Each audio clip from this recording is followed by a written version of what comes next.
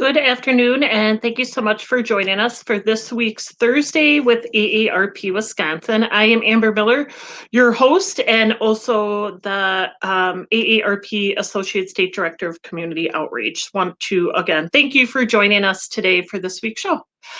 Before we get started on with our guest speaker today, please always remember that our AARP Wisconsin website is available for you to look at for upcoming events, information, and articles, and you can find the website below. Also, if you have not checked out the AARP Wisconsin vaccine webpage, earlier this week we did a teletown hall regarding the vaccine the vaccine this week, but you can also find information at the website below. So if you're looking for information on are you eligible and locations, you can find that all below. Also, please remember the AARP Friendly Voice Initiative, which launched last week. Last year. Last year. This is where you can put a request in for one of our trained AARP volunteers to call you, and just so you can hear a friendly voice on the other end. You do not need to be a member of AARP. It is free and it is open to all ages.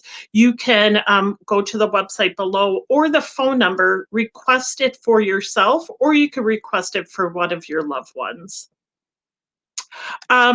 So we'd love to get connected with our guest speaker today. So Neil McCallum is our volunteer Wisconsin State Coordinator of Driver Safety. We were lucky enough to have him late last year talking all about how to be a better driver in the winter, which we all know is a little scary. But today we're going to be talking about the driver safety checklist. So I'd love to welcome Neil to the show today. Thank you, Amber. Hi, Neil. Good to see you. Thank you. Always good to have you. You always bring such really great information. And now that we're, a year into COVID, and some people now are possibly working back in the office or going back to school or maybe just driving more in general, we thought it would be a really great opportunity to have you back on the show to talk a little bit about what's new in driver safety, but also that checklist. So thank you again for joining us.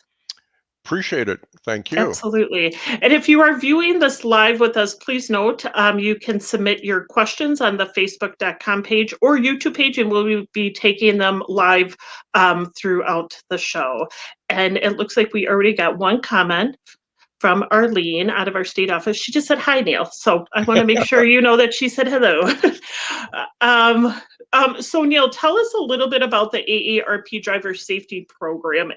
Some of our viewers might not have ever heard about this. Some of us may have, but kind of what's new and what's going on in driver safety. Well, the AARP Driver Safety Program is a course that we have offered for over 40 years. It has changed its name over the years. Right now, it's driver safety.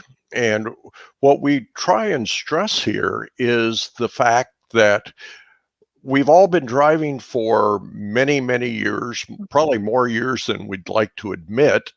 And things have changed.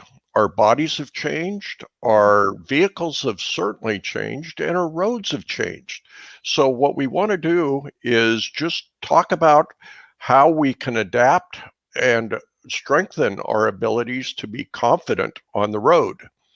The AARP Driver Safety Program is online, or we have it in a classroom situation. In Wisconsin, it's a 4-hour course. Unfortunately, due to the events of this last year, we have paused the in-person courses till the 31st of August, which is still quite a ways away. And but that's for the safety of our hosts and for the attendees. And as many of our attendees are in that age category that is at risk, it's for the safety of all involved. But again, you can take this course online. And if you go ahead and put in, as you pull up the screen, driver's skills along with your membership number, you can get the class for about $16, which is outstanding deal.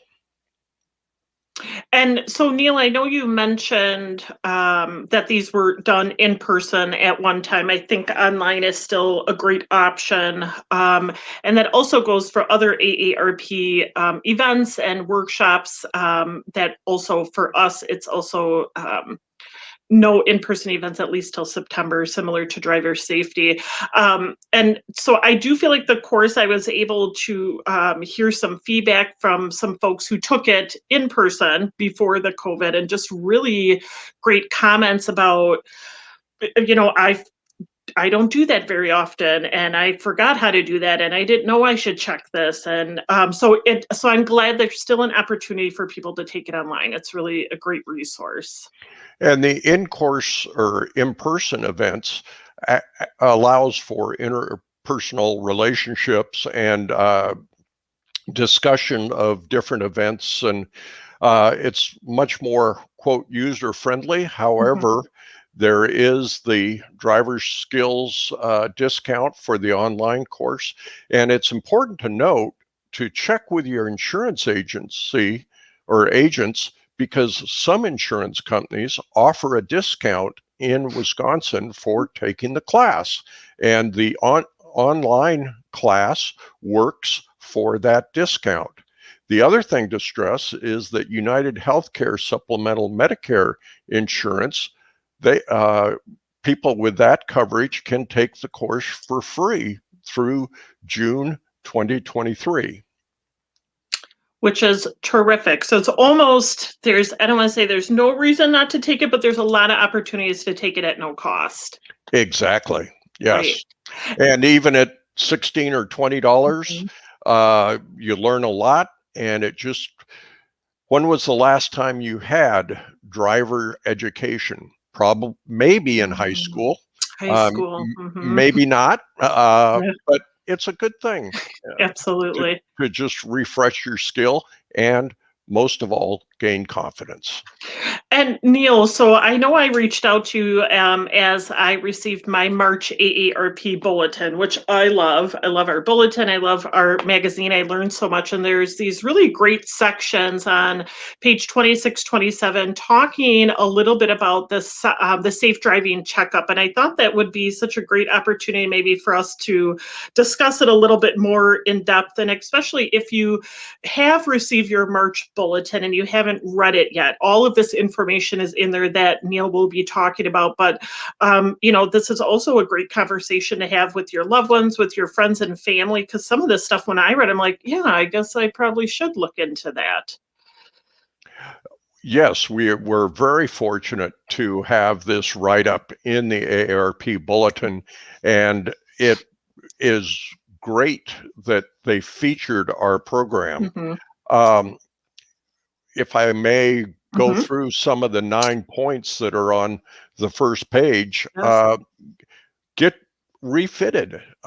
When was the last time you sat in your car and really focused on, does this car fit me? Is my head against the headrest? Do I have 11 inches between the steering wheel and my chest, from the standpoint of that is how the car is, the airbags are designed. The second point that they make is to keep your body fit, mind, body, and spirit.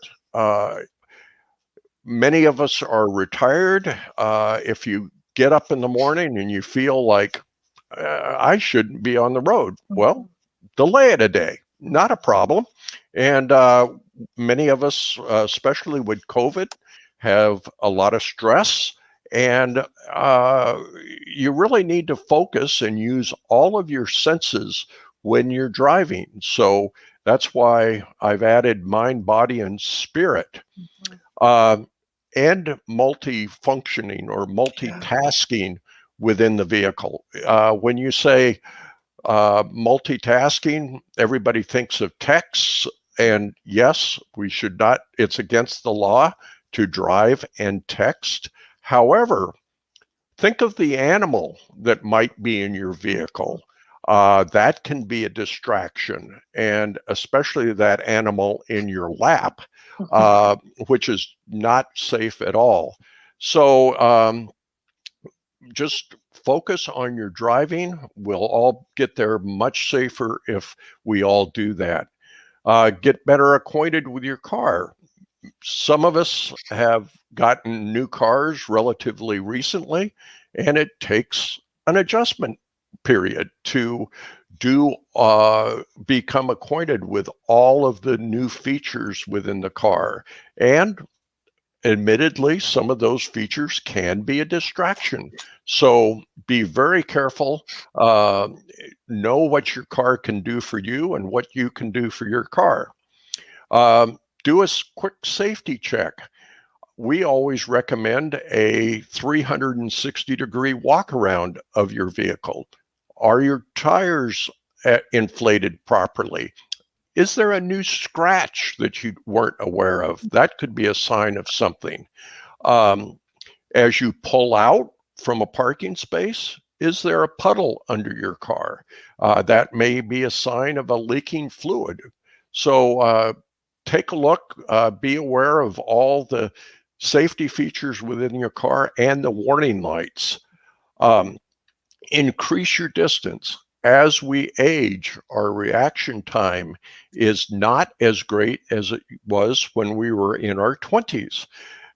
In Wisconsin, we recommend the 4-second rule, which means as you come up on a fixed object on a highway, start counting. And if it takes you 4 seconds to pass that fixed object, that is a good, safe following distance. And I've tried it on Wisconsin roads. Generally speaking, it's very easy to accomplish. Get monitored. Some of us that might have concerns about our driving ability, there are ways of monitoring that.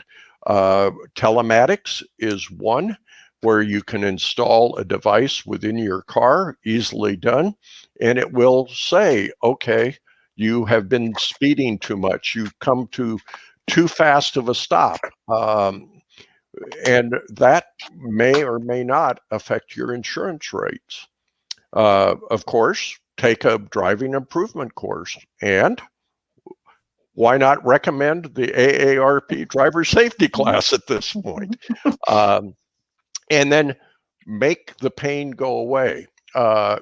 If your car is properly fitted to you, you may still have some aches and pains that go along with it.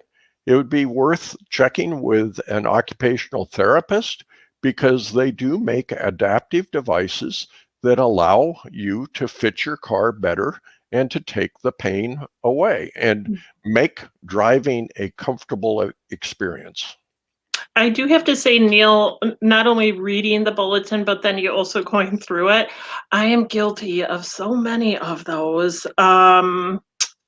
That it's just a good reminder. And I think being distracted in your vehicle is so easy, whether you're, not just texting, but just changing my podcast and just taking your eyes off the road, even just for a second, can be huge. And so I love those tips. And once again, if you received your March bulletin, what Neil just referenced to is on page 26 and 27. So, Neil, let's move on to the 9 ways to become a safer driver, which also the AARP bulletin did a great job highlighting this. And this is on page 28, which I think it really coincides with what we just talked about the safe driving checkup. Yeah, well, the safe driving checkup is a 6-point item. And these are just some items that really help you as you get into your car and to be confident. Determine your range of vision. In the class, what we talk about is outstretching your arms and then bringing them forward to check your peripheral vision. which is so very important while you're driving. And that is a great technique. They do it when you get your license renewed. And what you also have to do is be careful from the standpoint of your glasses and how wide the legs are of your glasses, because that will affect your ability to see things from the side. Flexibility, check. One way to do that, as demonstrated in the article, and coincidentally, my background here works out very well, because what you want to do is turn to the right and look at a door, and do you see the doorknob?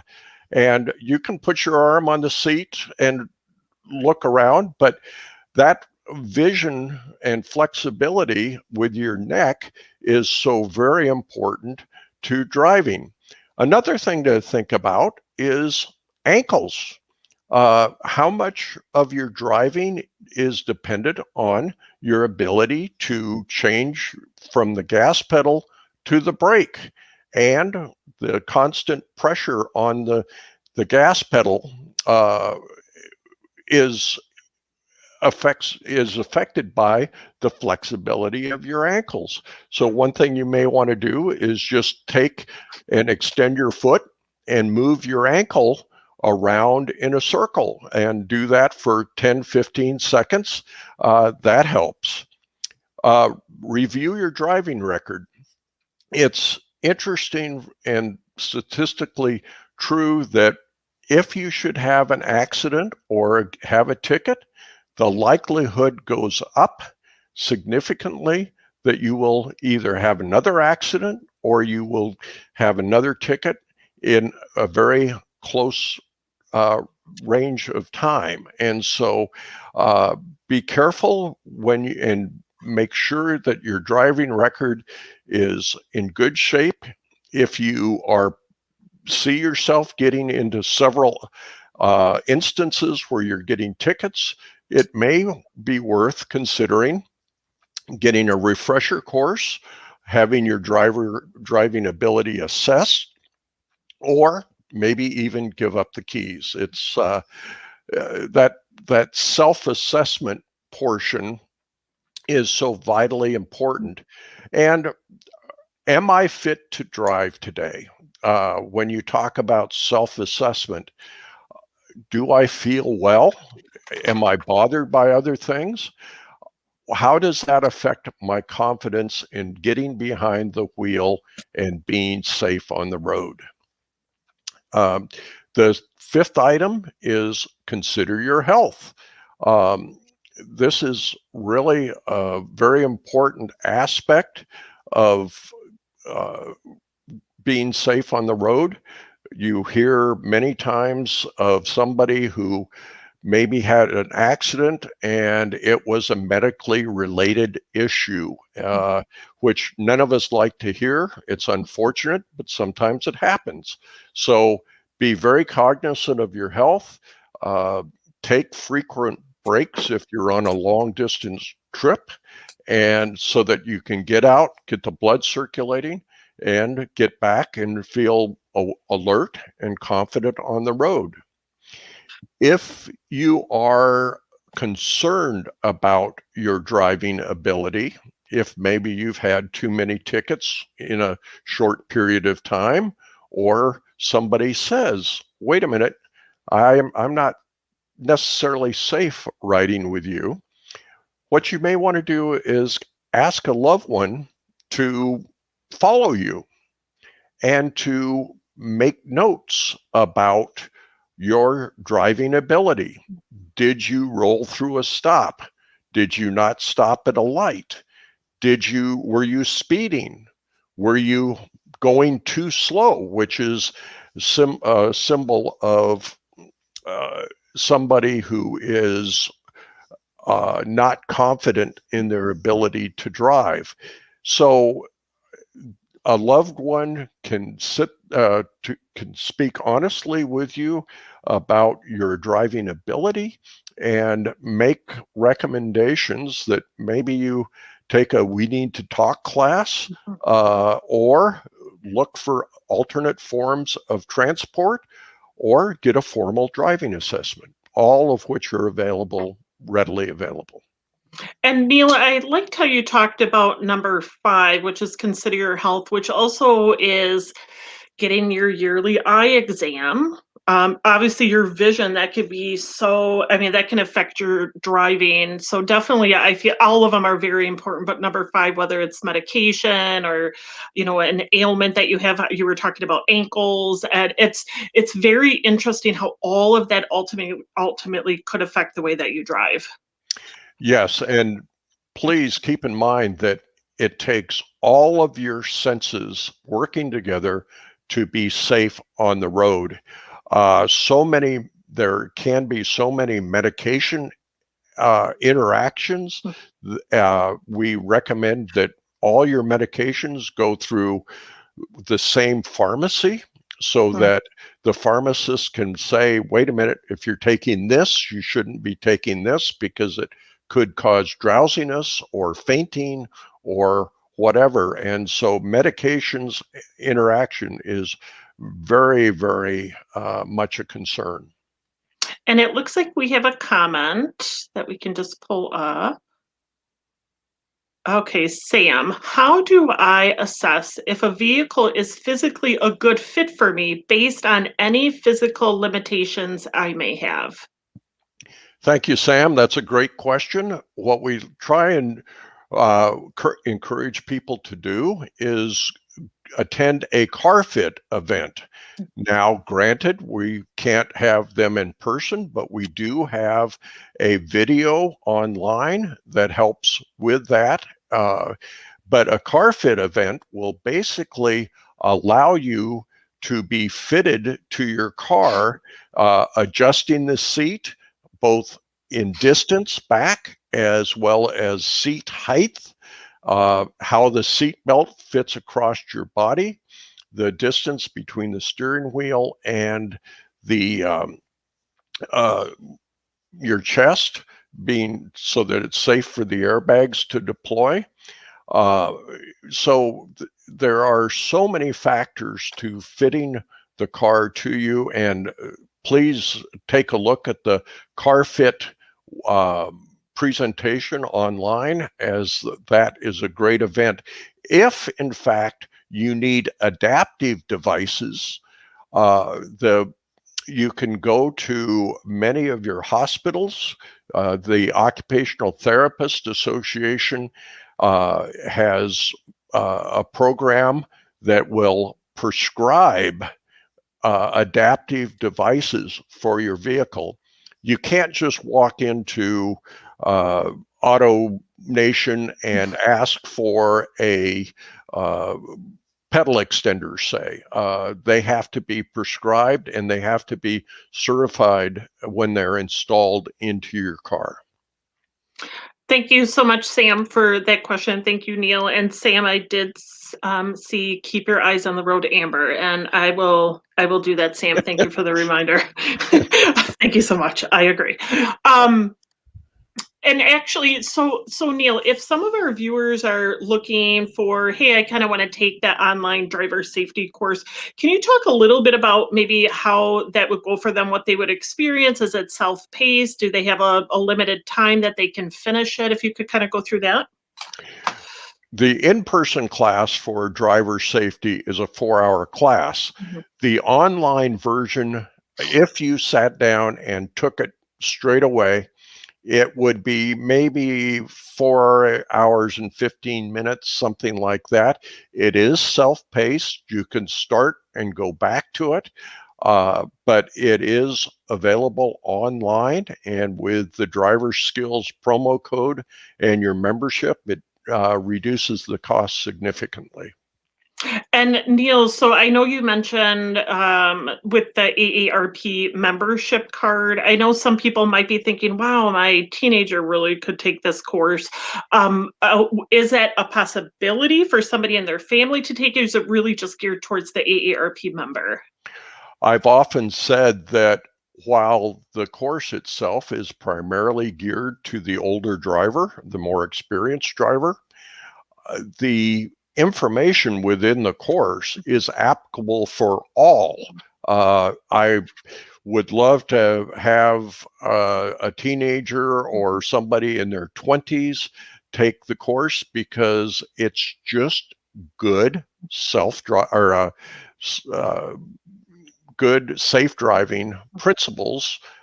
We talk about following distance, we talk about lane changes, types of intersections, roundabouts. We spend an awful lot of time on roundabouts, which is something that many people don't understand. Or try to avoid, like I do, Neil. So Yes, yes. I know when you were here last time, we talked about roundabouts, and I'm still not a fan of them. If there's a way to avoid it, but on the flip side, you can't avoid them. They're everywhere. So to know how to maneuver through them, so I feel like I could safely do it. And they are much safer than a four-way intersection. I think if we took a poll on that, Neil, we might get mixed signals messages on that one, but I will you're the expert. And then Neil, our final question, if where can our viewers find additional information? Of course, I would love for our viewers to share this video on their Facebook, their YouTube, so they can pass the word along, but where could our viewers find some additional information about the driver safety programs? The driver safety or the AARP website has a lot of wonderful information, but in many respects, you have to know where to look for it. And so what we have is several options. One is quick learnings. So you go to aarp.org/quick learnings, and there are a number of 2-minute vignettes on telematics, vehicle safety, and then smart headlights, stability control. There's just a number of topics that are there. It doesn't take very long to look through them, but they are very helpful. The second item would be that of Learn at Home. Again, same website, aarp.org/learn at home. And this is where you have the car fit, which Sam was referring to, the let's talk about our loved ones driving. In other words, we need to talk. Smart Driver Tech, which is a new program that we're offering, and that is about all the new features that are coming out in vehicles, and it's really almost a learning guide for how to buy a new car. What features do you want that will help you be safe on the road? Very informative. It talks about crash avoidance systems, lane departure detection, a number of items, even your backup camera, which is very interesting. And then using app-based rideshare service. Many of us are not familiar. I've never used one, but they are out there, and it's a great service. But we just need some basic knowledge on how to use it. And this is a good primer. It's not based on any particular rideshare, but it's a general presentation on how to call up a rideshare. Well, I know we're getting to the end of our show, Neil, and you gave us so much information. I love, love, love when you're on our show. You're just fun, but you always give us information to really like step back, give us some reflection time of like, how could we be a better and safer driver, but also how can we pass that knowledge along to everybody? So I really appreciate you being on today's show with us. Well, it's always a pleasure, and thank you for allowing us to promote our program. Yeah. A feature that is part of the AARP umbrella. And this is a great program to help us all be safe on the road. Great. Thank you again, Neil. Of course, we'll have you back sometime this year. You always have good information. Thank you again. you. And thank you to our viewers. Before we leave you, I would, of course, like to plug some upcoming virtual events that might be of interest to you. And once again, you can register for these online or the phone number below. The Lifestyle Series Stress Management is tonight, so there's still time to register for that. And then a couple other events, including our Livable Communities 101, which is all about this really great initiative that AARP launched many years ago. So if you're interested in learning more about that, please register or call the phone number below. Also, please remember the Community Challenge Grant launched last month. Applications are due April 15th. Also, we have Small Dollar Big Impact, which is another grant initiative through AARP Wisconsin, and that application is due April 21st. You can find all information at the website below.